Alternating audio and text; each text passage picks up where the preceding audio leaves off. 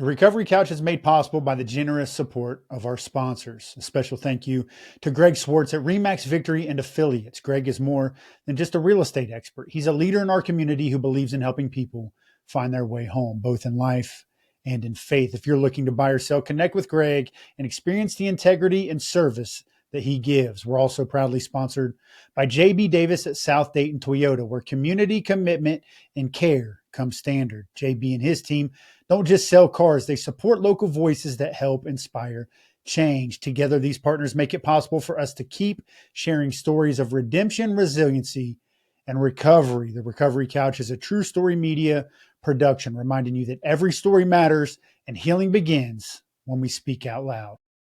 Hey, what's up, guys? Welcome back to the Recovery Couch. I'm your host, Brandon Couch.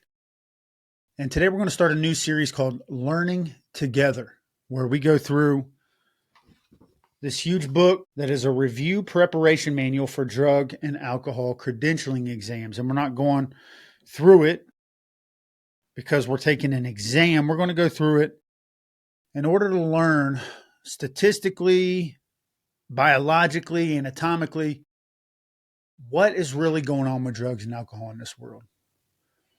So let's start in section 1, chapter 1, an overview of addiction and its treatment. Starts by saying almost everyone has had experience with addictive psychoactive substances. Almost everyone. Alcohol is a legal substance that is frequently used in social situations by people from all walks of life. Most common substance used is alcohol.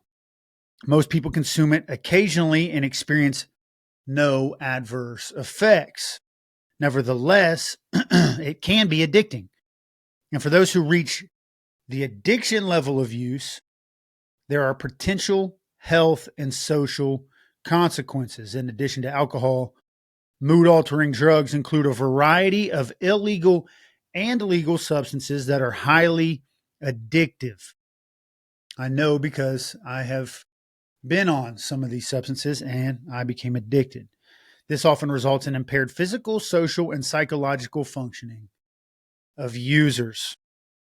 The most recent National Survey on Drug Use and Health reports some of the following findings among people aged 12 years old or older. This is in 2021. This study was completed in 2021, so 4 years old. The study's 4 years old, and we're looking at people 12 years old or older in this study. 57.8%, substantially over half, have either used tobacco, alcohol, or an illicit drug in the past month, which the past month, if you've used any of those in the past month, that is what defines you as a current user. So if you're wondering, okay, well, what differentiates a past user from a current user? It's if you've used in the past month, you're a current user, according to the examination guidelines. In 2021, marijuana was the most commonly used illicit drug, with 18.7% of people aged 12 years old or older using it in the past year. So the sample size is greater. We're not going from only current users, which is defined as in the past month. We're going from in the past year, most 19% of people aged 12 years old or older have used marijuana when this study was taken. Among people aged 12 years old or older in 2021, 3.3%, which equals 9.2 million people. So the percentage is small, but the number is great.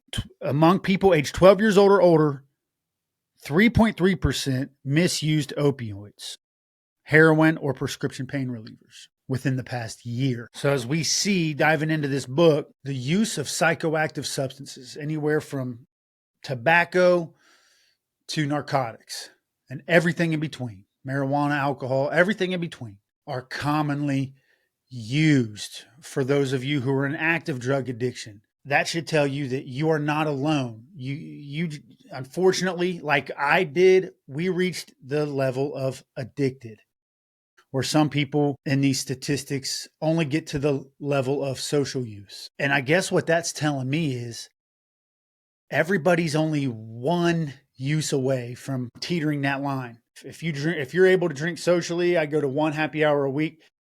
You're a second happy hour a week from going to social drinker to addicted. And I'm not saying that to scare the one happy hour a weeker.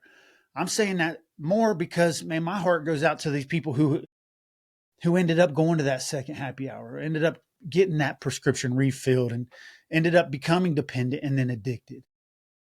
And I'm just trying to create an illustration of, like, this is how close we all can be, have been, or are to being in the bowels of addiction. In the 2021 NSDUH, let's figure out what that means. NSDUH. It's got to be some sort of national survey on drug use and health. So these are the survey. This is the survey that was taken in 2021. In this survey, the presence of substance use disorder, which is the clinical term when you go into a treatment center, that's the clinical term for addict, is substance use disorder, or SUD is what you often hear it referred to as. The presence of substance use disorder in the past year was assessed based on criteria specified in the Diagnostic and Statistic Manual of Mental Disorders, the 5th edition, the DSM-5. So if let's pause here.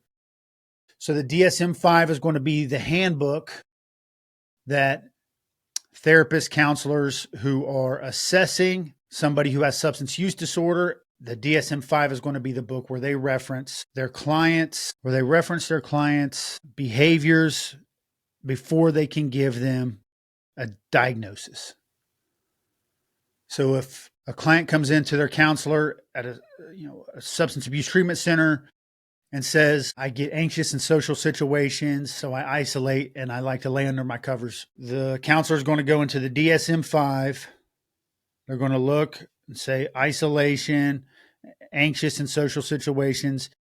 They're going to see where they're probably going to diagnose them with anxiety and depression, but they have to go into the DSM-5 to make sure that the symptoms are equivalent to the diagnosis. That's the DSM-5. In 2021, the percentage of people aged 12 years old or older with a substance use disorder was the highest among young adults aged 18 to 25. So 25% of people,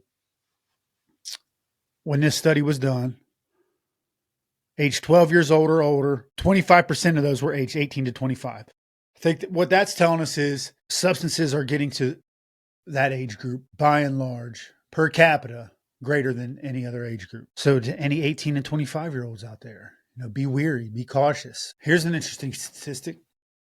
Among the 40.7 million people aged 12 years old or older in 2021 with an illicit drug or alcohol use disorder in the past year who did not receive treatment at a specialty facility, 96.8%, which equals almost 40 million people, did not feel they needed treatment.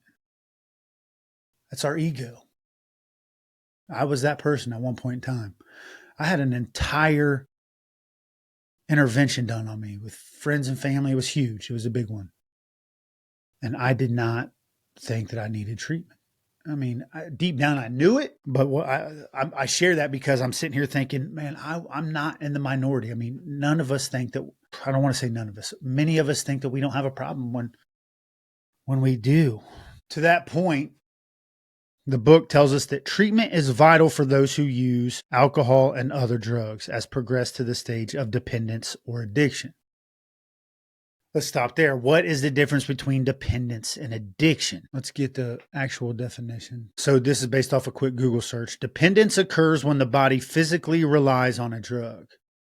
So your body's physically relying on it. And addiction involves changes in behavior.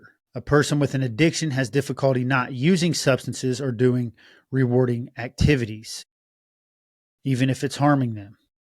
A person can have an addiction without necessarily having a physical dependence. Similarly, a person can have a physical dependence on a drug without feeling compelled to use it. However, they may still experience withdrawal symptoms if they stop taking it. So I guess my understanding of this has been wrong for quite some time. I thought in dependence you couldn't have a physical withdrawal symptoms, but according to Medical News Today, it's saying that in both dependence stage and the addiction stage, there can be withdrawal. So treatment is vital for those who use alcohol and other drugs that have progressed to the stage of dependence and addiction.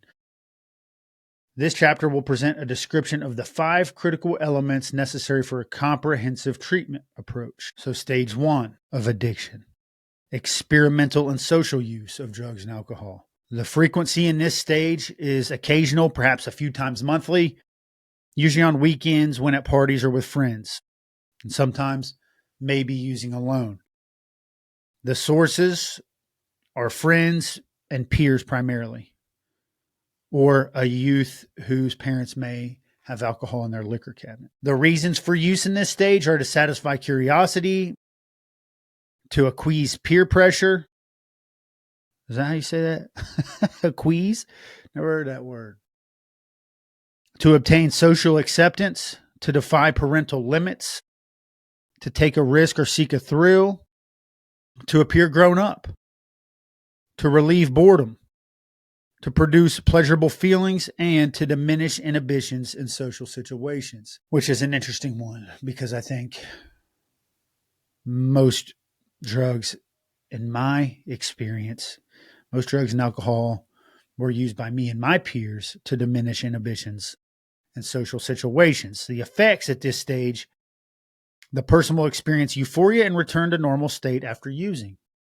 A small amount may cause intoxication, and feelings sought include fun, excitement, thrill, belonging, and control. Behavioral indicators, little noticeable change, and some may lie about the use or the whereabouts of where they got it. Some may experience moderate hangovers. Occasionally, there's evidence of use, such as a beer can or some marijuana. It goes on to tell us the metabolic effects of alcohol and other drugs after the individual's chemistry alter the individual's chemistry because psychoactive drugs mimic, displace, block, or deplete specific chemical messengers between nerve cells in the brain.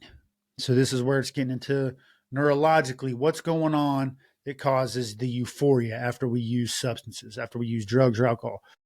Why do we all of a sudden feel good when I smoke a joint? Why do I all of a sudden feel good after I have 3 beers? Why do I all of a sudden feel different after I do 2 shots of whiskey? Why do I all of a sudden feel different after I pop a pill? And it's because the psychoactive drugs mimic, displace. So take away one feeling and replace it with another. Take away the anxiety. You have anxiety. You take a Xanax. That Xanax goes into the brain, binds to receptors in your brain, takes away the anxiety, and replaces it with euphoria. It can also block or deplete specific chemical messengers between nerve cells in the brain. Psychoactive substances act upon the same areas of the brain, and they can produce euphoria, an extremely pleasurable feeling, or cravings for the drug, an unpleasant feeling. So what that's telling us is, for one, if you have ever been prescribed a medication that you enjoyed, well, that's because that's what it was designed to do. You're not weird. You're not born with some unique ability to want drugs more than the other person. That's how these things are designed to provide euphoria. And that's the scary part about parents with children who come up in such a broken world where we don't want them to get on drugs. Like my parents didn't want me to be on drugs. It's because the truth is we know that drugs and alcohol provide a euphoric feeling. If they try it, they're probably going to like it. And that goes for anybody. And that's what gets scary, is because it's where the term chasing the dragon comes from. If you like it the first time, you're going to seek it a bunch of times. And I think that's where the old saying in AA comes from, where it says one is too many and 1,000's never enough. So these substances are having an effect on our brain. They're providing euphoria. But on the back end, that's on the front end. You take it, boom, euphoric. And then however long, whatever substance you used, alcohol, euphoric for a couple hours. Marijuana, euphoric for a couple hours. Pain pills, anxiety pills, euphoric for a couple hours. Notice everything's just for a couple of hours.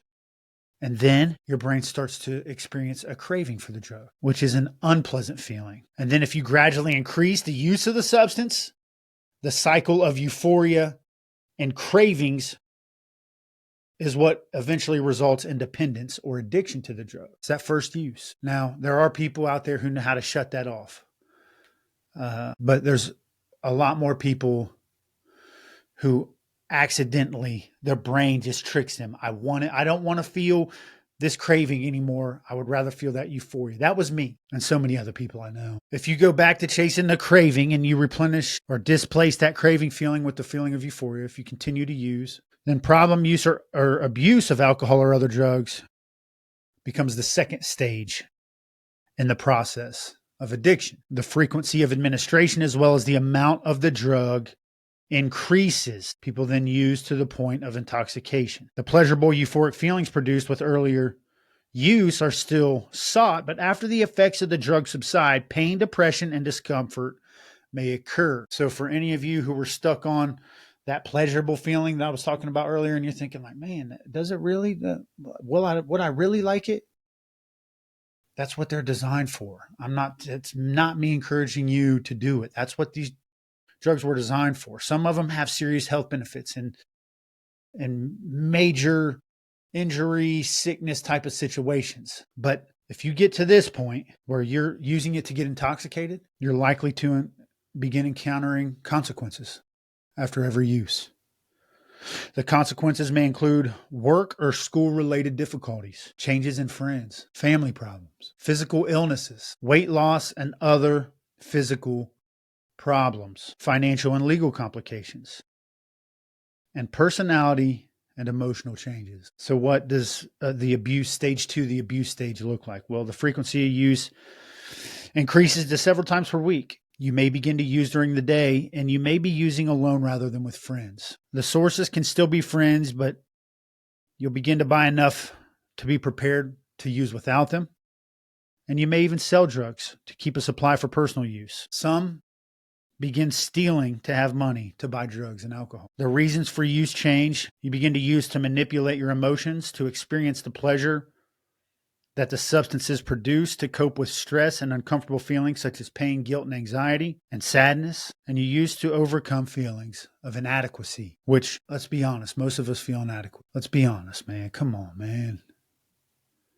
That's a common feeling. It's a common feeling. Persons who use at this stage, the addiction stage, progress to this stage of drug alcohol involvement because of experiences with depression or other uncomfortable feelings. At this stage, substances are used to stay high or at least maintain normal feelings. And by normal feelings, we're not talking about sober normal feelings here. We're talking about euphoric normal feelings. You want to stay at that level of euphoria. And the unfortunate truth is you can't. Nobody can. You're going to run out of money. You're going to end up in jail. You're going to get a DUI. There's too many laws and legalities and rules, and your behaviors change so much. There's so much in place to where it's you can't do it. One's too many. 1,000 is never enough. The effects. Euphoria is the desired feeling, and they may return to a normal state following use, or they may experience pain, depression, and general discomfort. So intoxication begins to occur regularly. However, the feelings that are sought include pleasure, relief from negative feelings such as boredom and anxiety, and stress reduction. User may begin to feel some guilt, fear, and shame, which are all lies of the enemy. And, oh man, my friends, so often people in recovery relapse because of the guilt and the shame. I had a really wise man, somebody who I love dearly, talk to me about guilt and shame and how they are tools that the enemy uses to help us, or to trick us, not help us, to trick us into believing that we're not worthy of recovery. We're not worthy of a good life. I've stolen too much. I'll never, be a good member of society. I've slept around too much. I'll never be able to have a healthy relationship. I've use too many drugs, society will never see me as an equal. These are all lies that, you know, the devil tries to tell us to keep us in a cycle where he wants us. And that's not where we belong. The user may even have suicidal ideations or worst case scenario attempts. They try to control their use, but it is unsuccessful. The feelings of shame and guilt are going to be your number one enemies in this process of recovery, guys. More of a substance is needed to produce the same effect. The behavioral indicators, so switching from the effects to the behavioral indicators, school and work performance and attendance may decline. You have mood swings, changes in personality, lying and conning, changes in friendships. You go from the friends you grew up with to drug using friends. And let's talk about that for a second. Man, I look back and I'm like, man, the friends I used drugs with, really, when the drugs ran out, man, it wasn't like we were real friends at that point. We weren't sitting there having heart-to-heart conversations when the drugs ran out. Tend to get annoyed with each other, start looking at each other funny, thinking I shouldn't be hanging out with them. They're thinking the same shit back. I shouldn't be hanging out with them. Crazy. More behavioral indicators include a decrease in extracurricular activities. Users begin adopting drug culture appearance, clothing, grooming, hairstyles, jewelry. Conflict with family members may be exacerbated. Behavior may be more rebellious, and all interest is focused on producing and using drugs and alcohol. If substance abuse continues, the individual may reach this stage of dependency/addiction. So we went from stage 1, experimental or social use, to stage 2, abuse, to now we're going to stage 3. Dependency occurs when a drug user experiences physical or psychological distress upon discontinuing use of drug. Addiction implies compulsive use. So we answered this question earlier, but this is a more descriptive answer on what is the difference between dependency and addiction. Dependency occurs when a drug user experiences physical or psychological distress upon discontinuing use of the drug.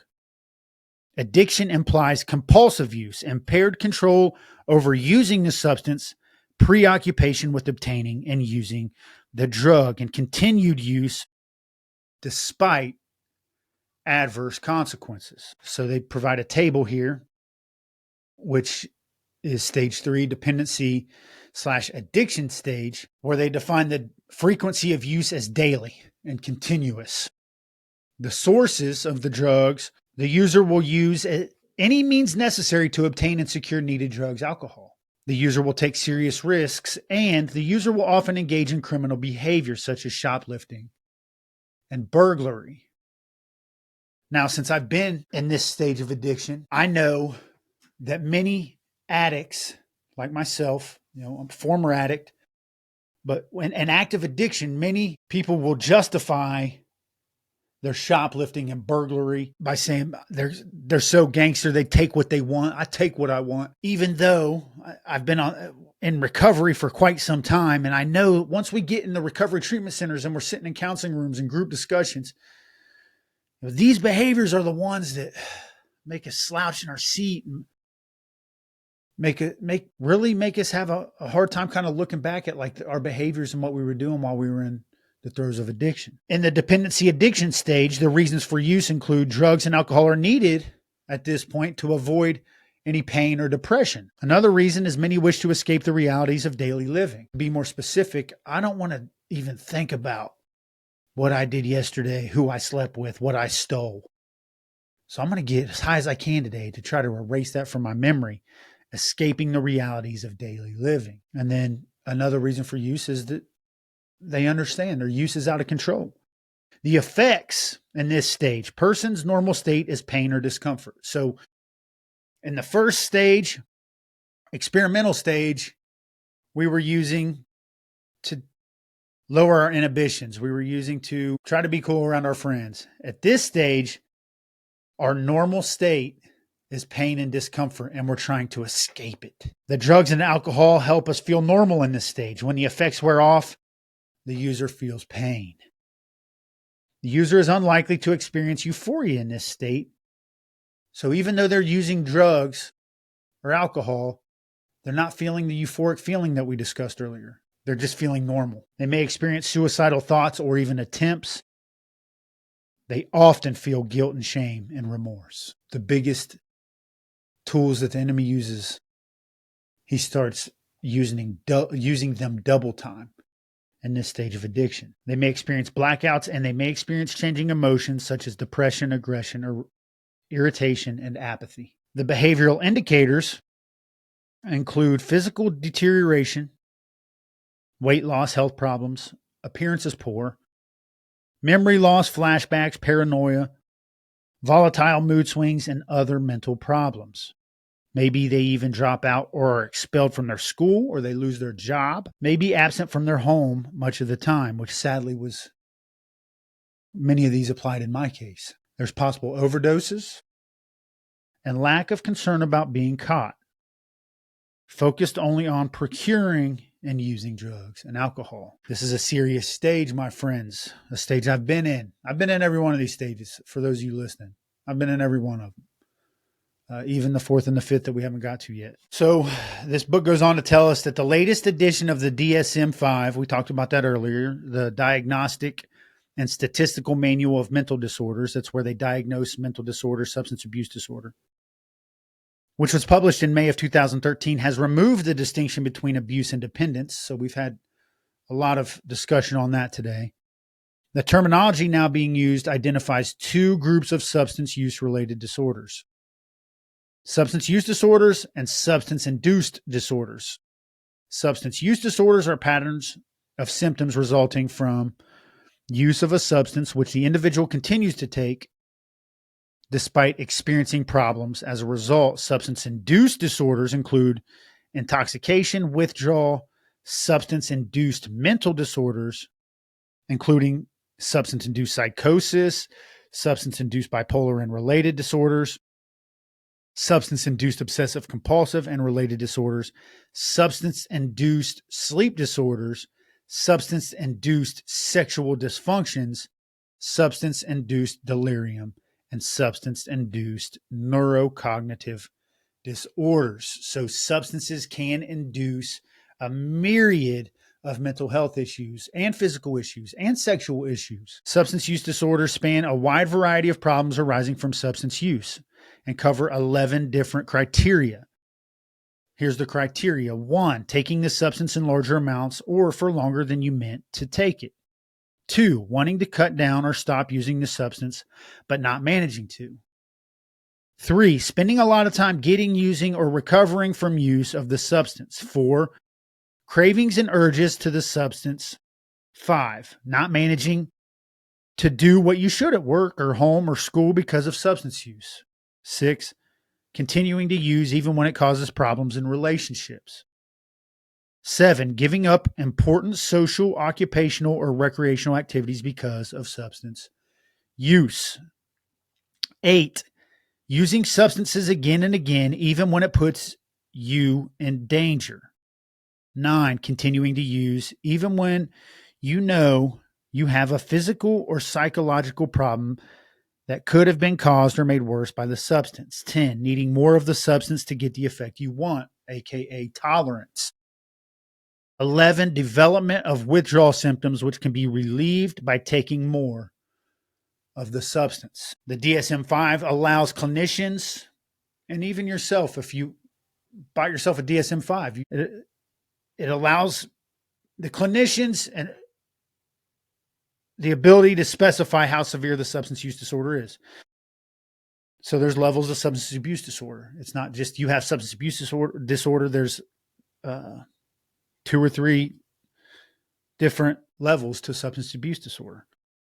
So 2 or 3 symptoms indicate a mild substance use disorder. 4 or 5 symptoms indicate a moderate substance use disorder, and 6 or more symptoms indicate a severe substance use disorder. Clinicians can also add that the patient is in early remission and sustained remission or on maintenance therapy. So that is what we're going to cover for this episode of Learning Together. Next, we're going to get into recovery and some critical components for effective treatment. Hope you learned a lot today. I know I did. I look forward to continuing this mission with you guys.